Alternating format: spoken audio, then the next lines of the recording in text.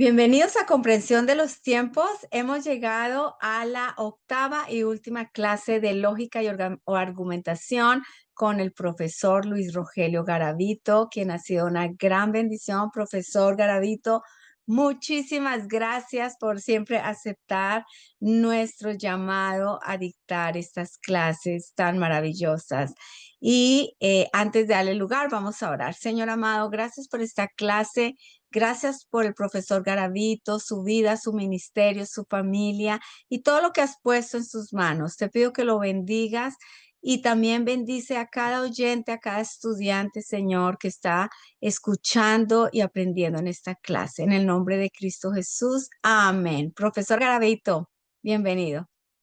Siempre bienvenidos todos a cada una de estas sesiones. Estamos en la última sesión, iniciando esta última sesión, recordando que estos temas que estamos teniendo, hay muchísimas cosas más que podemos investigar. Yo tengo la esperanza de que cada uno de ustedes se quede motivado con algunas inquietudes para continuar la investigación, el fortalecimiento ya de manera personal de cada uno de estos temas y que puedan ser llevados a la práctica en el desarrollo de la presentación de discursos, de sermones, de charlas, de conferencias en cada una de sus actividades que cada uno de ustedes tenga. Vamos a tomar entonces iniciar esta sesión número 8 y vamos a entrar en un tema muy interesante. Vamos a ir aquí haciendo algunas definiciones y presentando algunos ejemplos que tienen que ver con las figuras retóricas. Así se conoce estas figuras retóricas, que son como herramientas que vamos a utilizar. Y yo creo que la mayoría de ellas ya las utilizamos, solo que no nos hemos dado cuenta o no sabíamos que eso era lo que estábamos haciendo, porque muchas de ellas son como muy intuitivas, como muy naturales. El ser humano se ha expresado así desde su misma creación.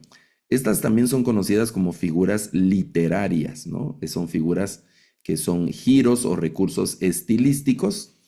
También podemos pensar en ellas como mecanismos de lenguaje que sirven para ilustrar, para embellecer o enriquecer estilísticamente un discurso, tanto en el lenguaje hablado como en el lenguaje escrito, como en lo poético o como en el lenguaje coloquial, diario, con el vecino, cuando vamos a un supermercado, cuando estamos ahí esperando en la fila de un banco o algo. Esa charla, ese diálogo informal también está cargado de recursos, alterando la configuración tradicional o acostumbrada de lo dicho, ¿no? Y vamos a ver algunas de estas. Son muchas figuras retóricas. Hay textos, ustedes pueden buscar en internet, hay textos que tienen colecciones de figuras retóricas y hay un listado muy considerable de ellas. Nosotros vamos a ver, no sé si decir las más populares o las más comunes, probablemente las más comunes de estas figuras retóricas que aparecen en nuestro lenguaje. Y este tema también es muy interesante, muy importante cuando vamos a nuestra lectura bíblica, porque vamos a encontrar muchas de estas figuras que se encuentran tanto en el Antiguo Testamento como en el Nuevo Testamento. La metáfora consiste en una comparación entre una cosa y otra, o bien en llamar a una cosa con el nombre de la otra. Esto para evidenciar los rasgos comunes que pueden ser reales o imaginarios. Por ejemplo, el río era una larga serpiente azul. Esa es una metáfora, ¿no? Ver el río que serpentea, o los soles chisporroteantes de sus ojos me intimidaron. Los ojos presentados como soles ahí muy fulgurantes, ¿no? En la mirada probablemente, pero los ojos como vistos como soles en esa expresión. En la Biblia tenemos metáforas esas como el león de Judá, cuando Jesús dice en Juan, por ejemplo, hay siete de esas metáforas que Jesús utiliza cuando dice: yo soy el pan vivo que descendió del cielo, yo soy la puerta de las ovejas, yo soy la luz verdadera, yo soy el agua de vida, y el Señor usa mucho esas metáforas en el texto bíblico. También está la hipérbole, que la hipérbole es una forma de exageración discursiva. El sentido no es literal, sino es figurado, ¿no? Por ejemplo, tengo tanta hambre que me comería un mamut. Obviamente no tendríamos la capacidad en una sola comida, de terminar un mamut. o es tan tonta que no puede hablar y caminar al mismo tiempo. Eso también es algo exagerado, ¿no? Se deshizo en llanto, se dice, ¿no? Te lo he dicho 1000 veces. Esas son exageraciones. Esas exageraciones tienen el sentido para enfatizar ciertas cosas, ¿no? Son hipérboles, son hipérboles.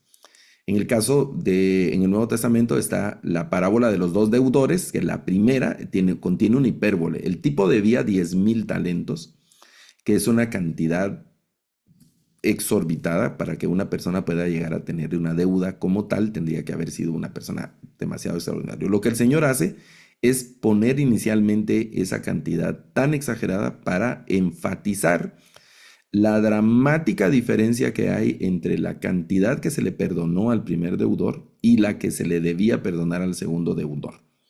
Esas hipérboles.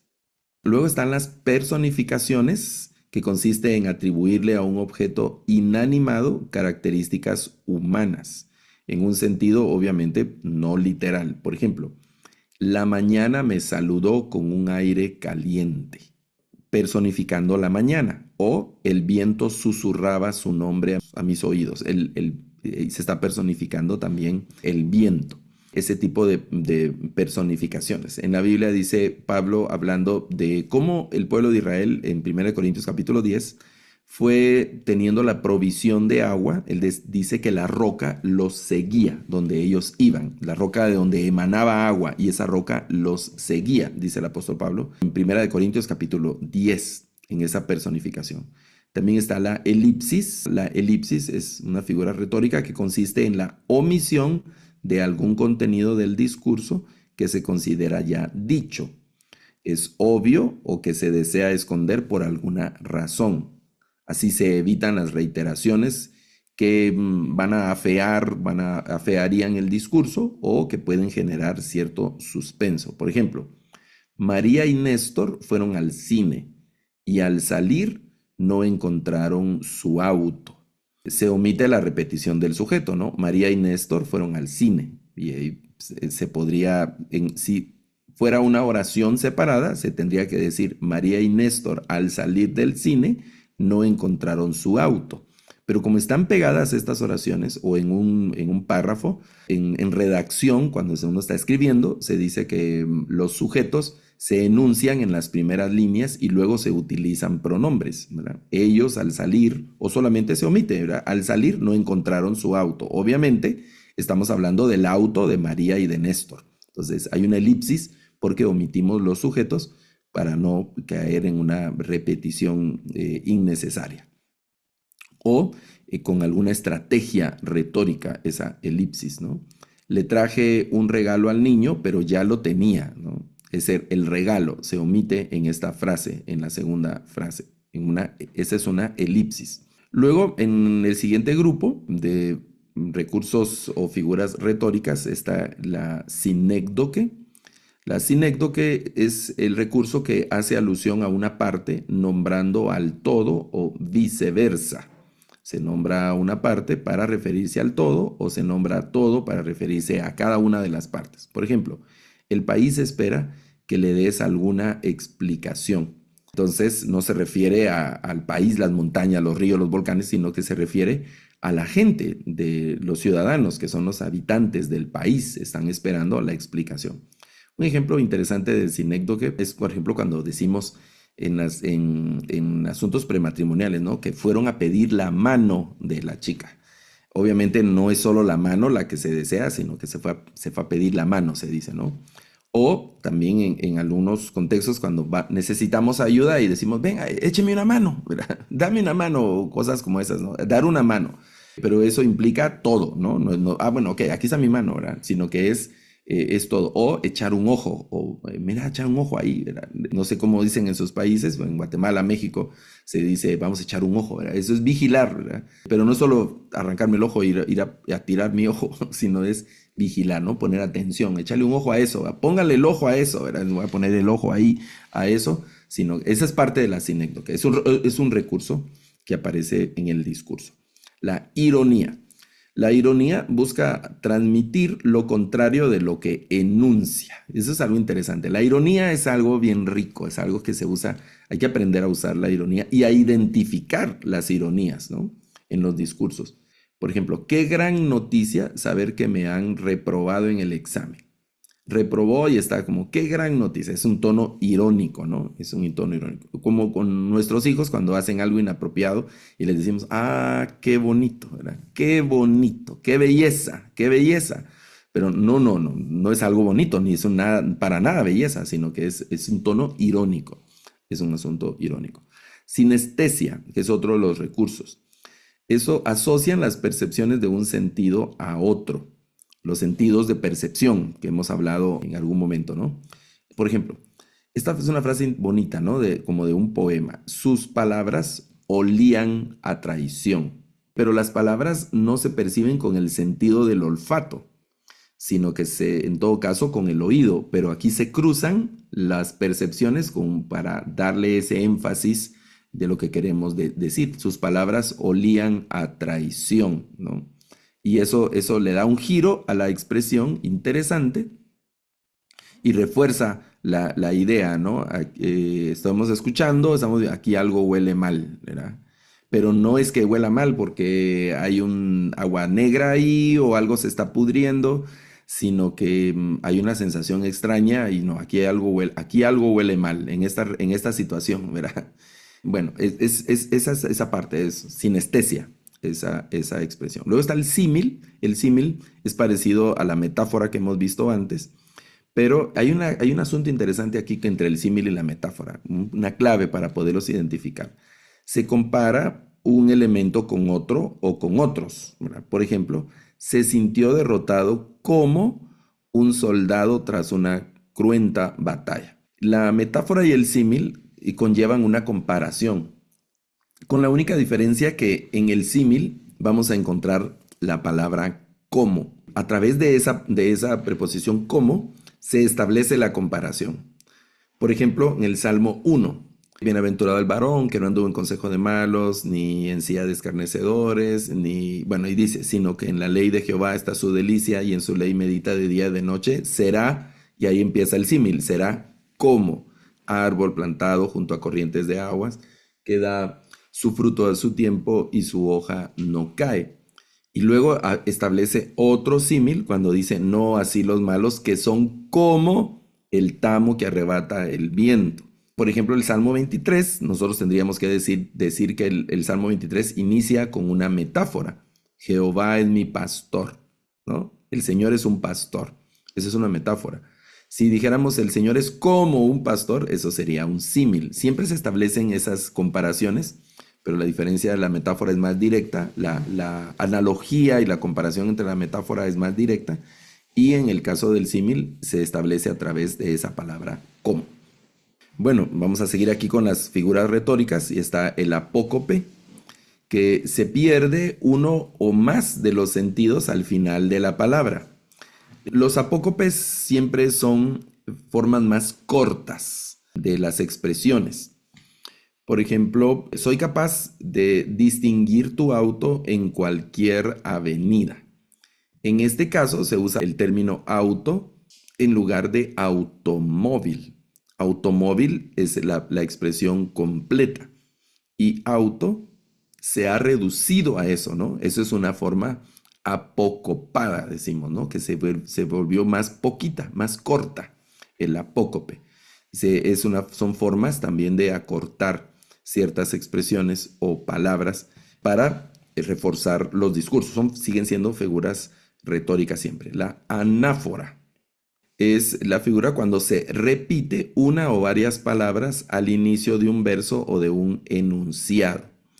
Fuimos hermanos, ¿verdad? Para dar un énfasis a ciertas expresiones. Muchos de estos recursos se utilizan con gran maestría en el lenguaje poético, en las novelas literarias. Los grandes literatos hacen gala de un uso impresionante de cada una de estas figuras. Y nosotros podemos ir ahí mejorando, intencionalmente poniéndolas o identificándolas para mejorar nuestra forma de expresión. Los paralelismos. De los paralelismos hay muchas formas de paralelismos, pero hay que decir que cuando se repite una determinada estructura que se van poniendo, por ejemplo, mirar, pensar, sonreír y amar. de estos se van poniendo estas formas de manera organizada. En el tema bíblico, sobre todo por ejemplo en libros como Proverbios y algunos Salmos, aparecen muchos paralelismos, que hay algunos que se llaman paralelismos antitéticos, cuando establecen contradicciones. Por ejemplo, en Proverbios es muy común, sobre todo a partir del capítulo 10, si recuerdo bien, en adelante, hay muchos paralelismos antitéticos. Se dice uno muy común, ¿no? La mujer sabia edifica su casa, mas la necia con sus manos la destruye. Entonces se establece la relación paralela entre la mujer sabia y la mujer necia, el hijo sabio y el hijo necio, el que es perezoso y el que es diligente, el sabio, el justo y el injusto, el que habla verdad, el que habla mentira y así. O en el caso del Salmo 1, donde está el varón que teme a Jehová, que es como el árbol plantado, y están los malos, que son como el tamo que arrebata el viento. Se establecen ese paralelismo entre esas expresiones. Y hay muchas formas de paralelismo, les decía, ¿no? No solo el de que expresa contradicción. La idea del paralelismo es poner siempre un argumento frente a otro, un argumento frente a otro, y así. Bueno, veamos algunas figuras retóricas más. Polisíndeton, que se utiliza en muchas conjunciones dentro de una oración. Por ejemplo, íbamos a amarnos y a odiarnos y a salvarnos y a derrotarnos. Esto pareciera ser un error porque en la rigurosidad de la gramática española se deberían haber usado comas y al final, entre los dos elementos finales, una de las estrategias es hasta ahí poner la conjunción. Pero se utiliza en ciertos argumentos para dar énfasis y se hace de manera intencionada para generar y llamar la atención a ciertas frases con estas estrategias. Muy bien, el siguiente es la aliteración, que es cuando se repiten determinados sonidos en una misma frase. Por ejemplo, quiero revivir y respirar. Revivir y respirar. Ese re que aparece en cada uno de estos verbos es la frase que se está enfatizando. Y se enfatiza de manera sonora para llamar la atención otra vez hacia estas frases y darle fuerza a esas expresiones. Se pueden utilizar diferentes frases o diferentes palabras, incluso, ya sea al inicio, como en este caso, con esta sílaba revivir y respirar, o al final, que también es como una especie de rima en algunos casos, ¿no? Bueno, luego el siguiente recurso retórico es la concatenación, y es cuando se encadenan las palabras o frases de dos versos consecutivos. Por ejemplo, tentar al destino, el destino impuesto. Entonces, la primera frase termina con la palabra destino y la siguiente frase empieza con la palabra destino. Eso también le da esa cadencia a la frase. Tentar al destino, el destino impuesto, impuesto por el día de mañana. Entonces se van amarrando las frases con la última palabra de esa manera. Esa es una concatenación. Los pleonasmos. El pleonasmo es una repetición. Se repite una misma idea para darle mayor fuerza. Es diferente la redundancia. La redundancia es un error. Decir, por ejemplo, el día de hoy, ¿verdad? Se podría decir solo hoy, ¿verdad? Un mendrugo de pan. Los mendrugos solo se refiere a una pieza de pan. No se refiere, no hay un mendrugo de tierra. A menos que fuera una figura diferente, ¿no? Cosas como esas. Esa sería una redundancia. Pero el pleonasmo es distinto a la redundancia, porque la redundancia es una repetición también inconsciente. El pleonasmo es una repetición ya consciente, porque estamos hablando de figuras retóricas, es algo que se está poniendo de manera consciente para darle énfasis a la expresión. Entonces se repite esta idea para darle mayor fuerza. Buscaremos buscando a alguien que nos ayude, ¿verdad? Buscaremos buscando a alguien que nos ayude. En el texto bíblico, sobre todo en hebreo, en la poesía del hebreo, hay muchas repeticiones, muchos pleonasmos, pero con el sentido de enfatizar las frases. A esto se refiere el pleonasmo. Algunas más. El polipote es que repite una misma palabra dentro de un verso o frase, pero cambiando sus morfemas. como de género, número o verbal. Por ejemplo, por entregarte esta noche, la entrega deseada, fuimos entregados a la nada. Es un verso de un poema. Por entregarte esta noche, y se está usando el polipote en este verso es el verbo entregar. El asíndeton, que es cuando se omiten las conjunciones o nexos en una enumeración. Por ejemplo, íbamos a querernos, odiarnos, salvarnos, derrotarnos. ¿Se recuerdan que en un ejemplo anterior de un recurso se repetía el i? Se repetía el i, se repetía constantemente este i como una forma de conjunción en esta frase. Aquí en este ejemplo del asíndeton se omiten esas conjunciones. Bueno, luego está la elipsis, donde se eliminan las partes de la oración que no son fundamentales para la comprensión del mensaje.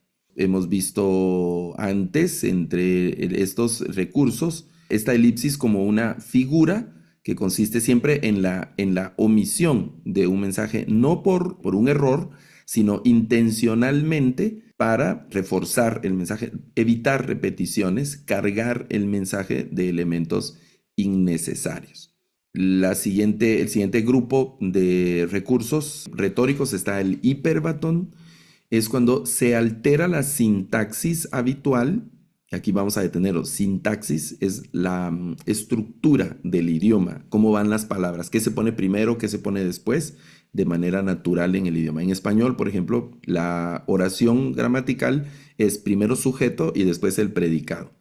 En el predicado primero va el verbo, después va el objeto. En el sujeto, si hay relación sustantivo-adjetivo, primero va el sustantivo y luego va el adjetivo. Esa es la sintaxis básica, pero con eso se puede jugar y para dar determinados énfasis a las expresiones. Entonces, el hiperbatón es cuando se altera la sintaxis para generar ahí una llamada de atención. Por ejemplo, dice, la lluvia de otoño aquella tarde vimos caer. Suena un tanto poético también, en caso del orden habitual, que podría ser vimos caer aquella tarde la lluvia de otoño. O aquella tarde vimos caer la lluvia de otoño, que sería la expresión más común poniendo el sujeto primero. Eso es el hiperbatón cuando se altera la sintaxis. Luego está la pregunta retórica. La pregunta retórica son preguntas que no buscan ser respondidas realmente, sino que la pregunta insiste ya en una respuesta o conlleva ya la respuesta, la pregunta retórica. Por ejemplo, ¿cuál es el sentido de todo esto? No hay una respuesta exacta, ¿no? A esa parte. ¿Leyeron Romanos 6, que fue la tarea entre estas sesiones? Pablo inicia con una pregunta, que es obviamente una pregunta retórica en Romanos 6. ¿Continuaremos pecando porque estamos en la gracia? Bueno, solo la pregunta implica la respuesta, ¿no? Obviamente no, por todo el argumento que Pablo ha desarrollado en los capítulos anteriores, entre el 1 y el 5, cuando llega al 6, empieza con esa pregunta. ¿Continuaremos pecando para que la gracia abunde? Entonces, la respuesta obvia es no. Entonces, Pablo no esperaba una respuesta, sino que la pregunta es para que la gente ya al oír la pregunta, que es una pregunta retórica, tiene ya la misma respuesta en esa parte. Luego la enumeración es otro recurso retórico. Se nombran varios elementos que guardan relación con una idea ya dicha. Por ejemplo, compartí hace rato en el mar con caracolas, cangrejos, gaviotas y alabastros. Bueno, estas son una enumeración cuando se nombran diferentes elementos que están relacionados en un contexto, las enumeraciones.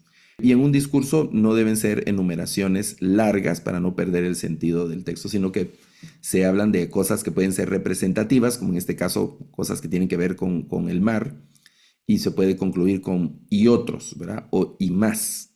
O el famoso etcétera, pero el etcétera viene de otro idioma fuera del español, entonces yo recomiendo usar el y más o y otros, ¿no? Que tiene el mismo sentido que el etcétera. La paráfrasis, que es otro recurso retórico. Las paráfrasis son cuando se usan palabras propias para explicar una idea que ya se y que ya fue expresada. Por ejemplo, la paráfrasis de la siguiente frase de Winston Churchill. Esta es la frase de Churchill. Un optimista ve una oportunidad en toda calamidad. Un pesimista ve una calamidad en toda oportunidad, ¿verdad? Eso fue lo que dijo Winston Churchill, el primer ministro inglés. Pero eso podríamos parafrasearlo, ¿verdad? Para Winston Churchill, porque ahora, y eso es interesante cómo vamos a citar una paráfrasis, porque podemos citar textualmente lo que Churchill dijo. Un optimista ve una oportunidad en toda calamidad y un pesimista ve una calamidad en toda oportunidad. Pero luego en la paráfrasis ya no es lo que Winston Churchill dijo, sino es lo que yo digo acerca de lo que Winston Churchill dijo. Por eso ahora ya no puedo citar a Churchill porque lo que sigue es mío, basado en lo que Churchill dijo. Esa es una paráfrasis. Podría ser para Winston Churchill, ex primer ministro del Reino Unido, una persona optimista, es decir, aquella que juzga las cosas desde sus aspectos más positivos, verá oportunidades aún en situaciones desfavorables. Aquí estamos parafraseando a Churchill. Esto ya no es lo que Churchill dijo, sino es lo que nosotros decimos acerca de lo que Churchill dijo. Mientras que una persona pesimista, es decir, aquella que juzga las cosas de sus aspectos más negativos, verá algo desfavorable aún en las oportunidades. Esa es la paráfrasis. Entonces, mucho cuidado cuando citamos paráfrasis para no poner nuestras palabras en labios de otras personas, o decir, a otra persona dice y realmente lo que sigue es una paráfrasis. Las paráfrasis son como interpretaciones que nosotros hacemos algo que otra persona dijo, ¿no? Entonces debemos ir ahí con el cuidado debido. Veamos algunas figuras más. Nos faltan un pequeño grupo. Estamos viendo como las más básicas de las figuras retóricas. La epífrasis. Este recurso añade a una lista principal una serie de ideas secundarias que la complementan. Por ejemplo, me quedaré pensando en el pasado, ¿no? Eso ya es suficiente. Lo vivido, lo olvidado, lo dicho y lo no dicho. Esta es una lista secundaria porque todo lo demás es el pasado. Con decir me quedaré pensando en el pasado implica lo demás. Pero la epífrasis es como resaltar estos otros elementos, ¿no? Sacarlos a la luz, que ocurrieron obviamente en el pasado, pero es un listado secundario en relación a lo que estoy pensando. El siguiente es el epíteto. El epíteto son esos adjetivos que se agregan para enfatizar el mensaje. Normalmente los epítetos hacen referencia a una característica de los elementos que una característica natural o inherente a los elementos que vamos a mencionar. Por ejemplo, la blanca nieve. No hay nieve azul, ¿verdad? Bueno, excepto que haya un elemento adicional al fenómeno al fenómeno climático de la nieve. La nieve va a ser siempre blanca, ¿no? Como el agua. El agua va a ser siempre incolora, ¿no? Va a ser incolora. O la sangre roja, ¿verdad? Eso ya es un énfasis. Si yo digo sangre, pues no hay sangre anaranjada. Bueno, hay gente de sangre azul, decía, es otra cosa, ¿no? Metafórica. Pero no hay sangre verde, solo que fuera Hulk o que fuera Shrek. Pero ni aún esos creo que tienen sangre verde, no sé. Entonces, el epíteto es mencionar para poner mayor énfasis, mayor fuerza, un elemento que es natural a lo que vamos a decir, ¿no? En relación a eso. El oxímoron. El oxímoron son cuando unimos dos palabras con significados contradictorios. La luz oscura. La luz oscura, pues obviamente la luz es resplandeciente, la luz y la oscuridad no conviven, ¿verdad? Lo que dice el principio bíblico, pero en algún momento retórico, como un recurso retórico, podemos hacer uso de esta situación. Las antítesis. Las antítesis es cuando se oponen dos ideas que son irreconciliables. Irreconciliables. Por ejemplo, la noche es muy corta, pero un día que se volvió eterno. Son antítesis, expresiones que expresan situaciones que no van a llegar a un mismo punto. Hemos visto en una de las sesiones anteriores esa triada de la argumentación de tesis, antítesis y síntesis, que es otro tema, ¿no? Ahí la expresión antítesis se refiere a una idea opuesta y luego eso se desarrolla en una síntesis. Aquí estamos hablando de estos recursos que podemos presentarlos para enfatizar una idea, engalanar un discurso también en ese sentido. Bueno, veamos algunos ejemplos más en relación a los recursos retóricos. Esto es el último grupo de esos que hemos estado enumerando. La paradoja. La paradoja plantea una idea aparentemente sin lógica, pero que tiene un sentido. Por ejemplo, era más pobre cuando más tenía. Normalmente la pobreza es carencia y aquí la paradoja es que tenía cosas, pero entre más tenía era más pobre. Hay libros y hay algunas películas que llevan por título Pobre Rico, ¿verdad? Esa expresión pobre rico, que es una expresión ambigua, pero que expresa también una paradoja, paradoja. Las paradojas de Cristo, ¿no? Al que se humilla, Dios lo exalta. Si ustedes quieren ser grandes, tienen que ser como el menor. Si quieren ser el primero, deben ser el último. Si quieren ser importantes, deben servir. Son paradojas en el reino de los... El que quiera conservar su vida, la perderá. Ideas sin aparente lógica, pero que tienen un sentido en el contexto donde se están dando. Ok, la etopeya, que es otro recurso, se describe a un individuo o a un personaje a partir de sus rasgos morales. ¿Se recuerdan que etos es la parte de la coherencia, que hablamos de los pilares de la argumentación? Etos es la coherencia entre la calidad de la persona y el discurso que está presentando.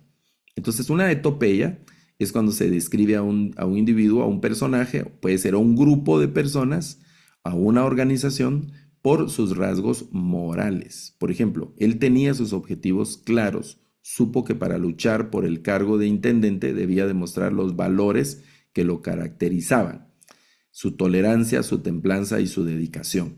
Son valores morales. Aquí no se describe, por ejemplo, sus capacidades profesionales o físicas, ¿no? Un 80, era rubio y ojos claros tal vez, o no sé, o bajo, unos 60, tez morena, pelo negro.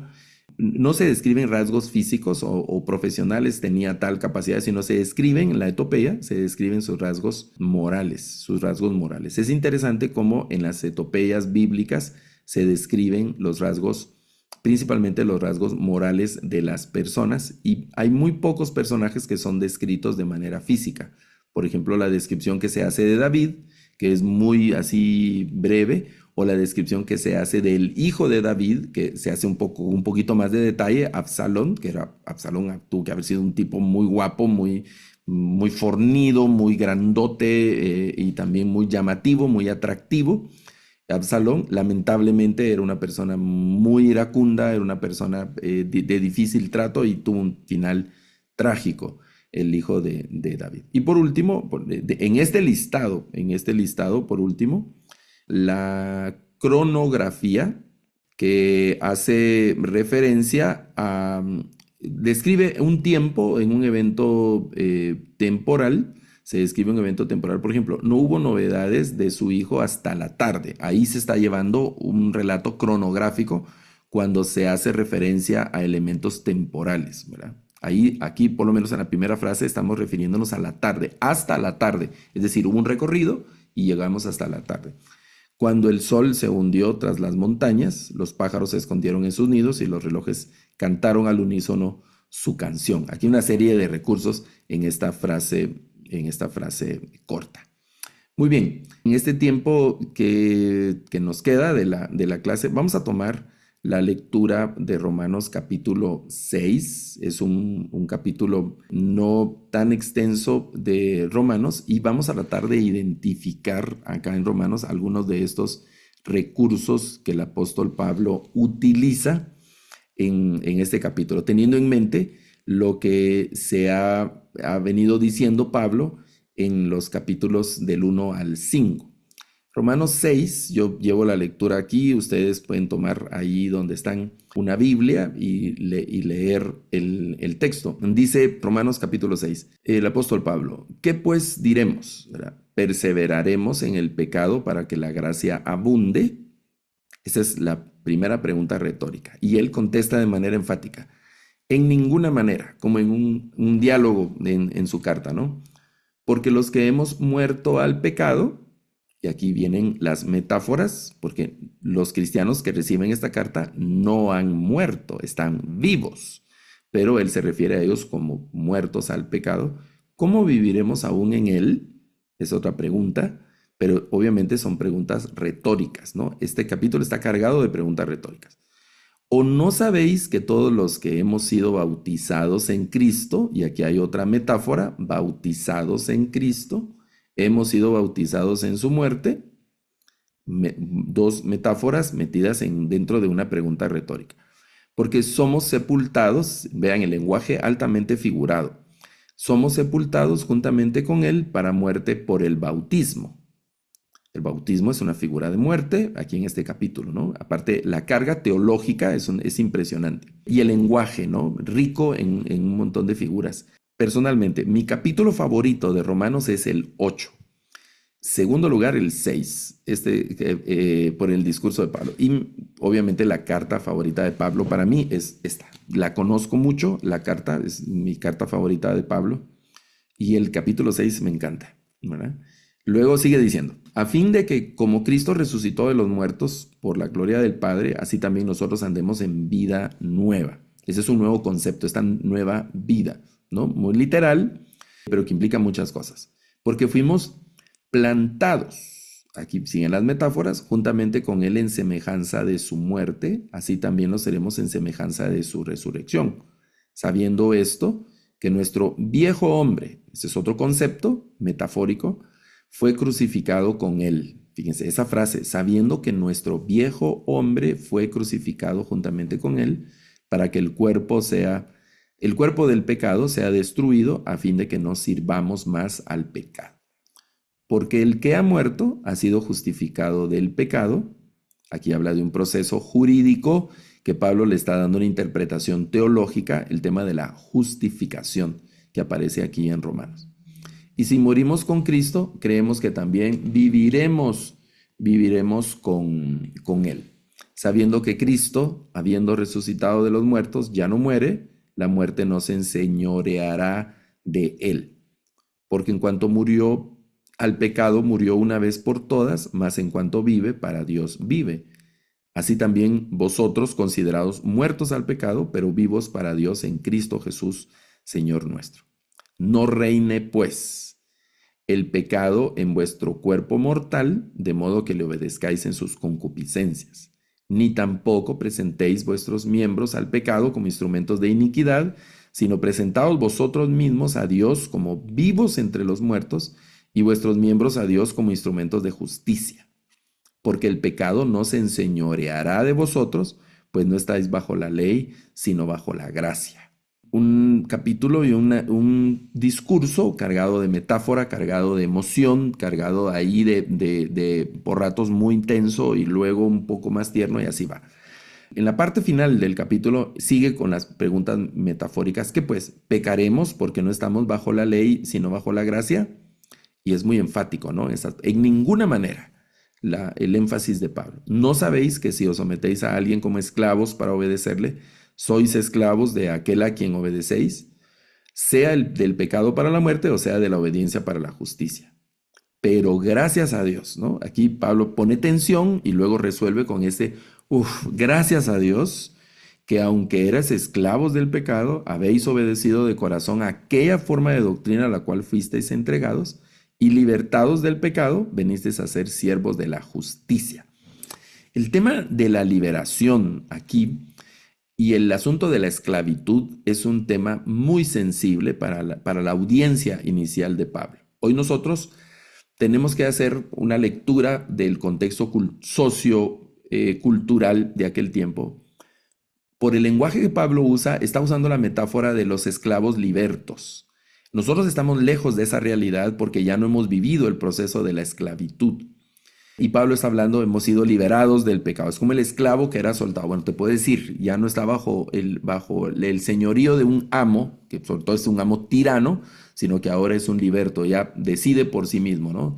Tiene que ser algo muy, muy extraordinario. Ahí yo recomiendo algunas películas que tiene que ver con el proceso de la esclavitud. Estoy olvidando ahora el título, pero es una película muy dramática y hay una persona de un personaje que secuestran, creo que se llama 11 años de esclavitud, la película, por lo menos los títulos en español, donde hay una persona en el proceso de la abolición de la esclavitud en Estados Unidos, que fue por estados, y habían estados donde las personas afroamericanas tenían libertad. Bueno, la esclavitud no existía en esos estados ya, pero en otros estados sí. Entonces habían como mercaderes de esclavos, ¿no? Gente que secuestraba personas afroamericanos y los llevaba al otro estado para venderlos como esclavos. Ese tema de la esclavitud, el proceso de liberar a los esclavos y el daño y todo eso que sufrían, pues eso nos ayuda un poco a ilustrar cómo se vivía en el primer siglo, mientras Pablo está usando la metáfora de la esclavitud a lo largo de este capítulo para causar mayor impacto en las personas. ¿Qué metáfora utilizaríamos nosotros hoy? La de la migración, la de la expropiación de tierras, la de la impunidad, la de las injusticias. Bueno, metáforas que tienen que ver con las circunstancias en las que nuestros pueblos viven en diferentes contextos, ¿no? Pablo está usando esa, sobre todo en el verso 18, donde íbamos, dice: libertados del pecado, veniste a ser siervos de la justicia. Hablo como humano por vuestra humana debilidad, que así como para iniquidad presentasteis vuestros miembros para servir a la inmundicia y a la iniquidad, así ahora para santificación presentad vuestros miembros para servir a la justicia. Porque cuando eras esclavos del pecado, y sigue el tema de la esclavitud aquí del pecado, eras libres en cuanto a la justicia. Pero ¿qué fruto tenías de aquellas cosas de las cuales ahora os avergonzáis? Dice el apóstol. Porque el fin de ellas es muerte. Mas ahora, y aquí se ponen estos paralelismos, ¿no? Ahora había una vida de muerte, pero ahora que habéis sido libertados del pecado y hechos siervos de Dios, tenéis por vuestro fruto la santificación y como fin la vida eterna. Porque la paga del pecado es muerte, y concluye este párrafo del apóstol Pablo con una sentencia, ¿no? La paga del pecado es muerte, pero el regalo de Dios es vida eterna en Cristo Jesús, Señor nuestro. Es interesante, ¿no? En este capítulo, cada uno de estos recursos que utiliza el apóstol Pablo. Y de manera general, uno puede pensar, siguiendo ahí lo que Pablo enseña en Romanos, que enseña que los creyentes al unirse con Cristo han muerto al pecado y ya no deben vivir en él, sino vivir una nueva vida de justicia. El bautismo, que simboliza esta muerte al pecado y la resurrección a una nueva vida en Cristo, no como una licencia para pecar, que ese es el énfasis que Pablo pone, sino como una identificación con su muerte y la resurrección. En lugar de servir al pecado, ahora los creyentes deben ofrecerse a sí mismos como instrumentos de justicia, sirviendo a Dios en lugar de servir al pecado. Y entre los temas principales que Pablo toca en este capítulo 6 de Romanos está la muerte al pecado, la vida nueva y el bautismo, que lo utiliza el apóstol Pablo como una metáfora de la vida y de la relación del cristiano con la nueva vida en Cristo. Y otros temas que aparecen, que ha venido desarrollando en los capítulos anteriores, sobre todo entre el capítulo 4 y el capítulo 5, el tema de la gracia de Dios y el tema de entregarnos por completo al servicio de Dios. Muy bien, estamos en esta parte final de esta sesión 8, que es la última sesión de estas temáticas que nos hemos propuesto para el curso de lógica y argumentación. Y yo quiero recordar algunos de los versículos bíblicos que hemos tomado como base en algunas de las sesiones anteriores. Por ejemplo, el versículo de Eclesiastés, capítulo 10, el verso 12 al 14, que dice: las palabras del sabio son agradables, los labios del necio causan su propia ruina. El necio empieza por decir necedades y acaba por decir graves tonterías. El necio habla y habla, aunque nadie sabe lo que va a suceder, ni nadie le hará saber lo que sucederá después. Con el tema del necio. Luego leímos también lo que ocurría con Esteban en el capítulo 6 de Hechos capítulo 6, que dice: como Esteban estaba lleno de la gracia y del poder de Dios, realizaba grandes prodigios y señales entre el pueblo, para algunos que eran de la sinagoga llamada de los libertos y otros que eran de Cirene, Alejandría, Cilicia y Asia. Fíjese, era todo un grupo que se puso a discutir con Esteban. Esteban contra todos ellos, ¿no? Pero no pudieron superar la sabiduría y el espíritu con que hablaba. El caso de Esteban. No, en el intercambio de argumentos, Esteban dominó, ganó. Y luego dice, sobornaron entonces, ¿no? Le hicieron violencia cuando no pueden vencer el argumento. Se dice que la gente que grita es porque se ha quedado sin argumentos. Y hay otra frase que dice que no grites en relación a la violencia verbal. No grites, mejora tu argumento. No hace falta gritar para imponer lo que yo quiero decir, no por la fuerza, sino debo convencer. Estamos en un curso, estamos concluyendo este curso donde no se trata de violencia, no se trata de gritar, no se trata de agredir, se trata de razonar, se trata de argumentar, se trata de convencer, no a través de medios oscuros, falaces, con demagogia, con ahí sofismas oscuros, mordaces y envenenados, sino con razonamientos claros, siguiendo una coherencia lógica. Es lo que hacía Esteban, ¿no? Entonces sobornaron a la gente y al final lo llevaron y era lo que a mí me ha causado, bueno, en este sentido, de esta parte de la narración de Esteban, es que esta gente comete el error de darle la palabra a Esteban. Y ya les había demostrado que de manera argumentativa no lo iban a vencer.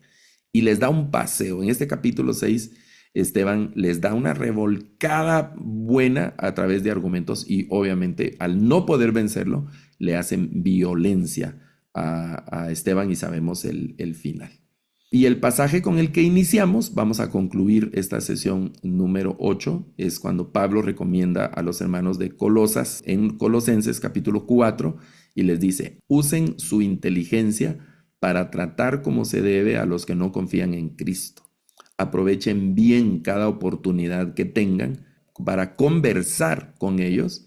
Hablen siempre de cosas buenas. Y voy a repetir ese verbo, hablen de manera agradable y piensen bien cómo deben contestar a cada uno, a cada uno. Ok, bueno, hay muchos más temas que pudiéramos tocar en esta disciplina. Yo les animo a continuar investigando cada una de estas temáticas que hemos tocado a lo largo de estas 8 sesiones de este curso de lógica y argumentación. Para mí ha sido un gran gusto compartir con cada uno de ustedes. Les envío un abrazo fraternal con mucho respeto y cariño hasta donde están en sus diferentes ciudades. Bendiciones. Wow. Bueno, mil gracias, profesor Garavito. Realmente hemos disfrutado muchísimo estas 8 sesiones, estas 8 clases. Y yo acá, estudiante, solamente me queda decirle, eso no es de ver estas clases una sola vez, repítalas, aprenda, memorice ciertas cosas, póngalas en práctica y seguimos aprendiendo porque de eso se trata, seguimos aprendiendo, somos estudiantes de por vida. Entonces, también le recordamos, si usted no se ha suscrito a nuestro canal, suscríbase. Cuando usted se suscribe, tiene acceso a la infinidad de material que tenemos en comprensión de los tiempos. También póngale un me gusta, compártalo con otra persona. Cuando usted hace eso, lo que usted está haciendo es que permite que en los medios digitales nuestro material siempre esté más en primera fila para cuando la gente esté buscando, nos encuentren fáciles. ¿Por qué hacemos esto? Porque la visión de comprensión de los tiempos es edificar, es educar a cada creyente de Latinoamérica, de habla hispana, que esté hasta en los últimos lugares de la tierra. Por eso lo hacemos y no lo hacemos solos, lo hacemos juntos como comunidad. Y por eso también agradecemos cualquier forma en que Dios le ponga en su corazón para apoyar este ministerio. Y con eso los dejamos. Que el Señor los bendiga.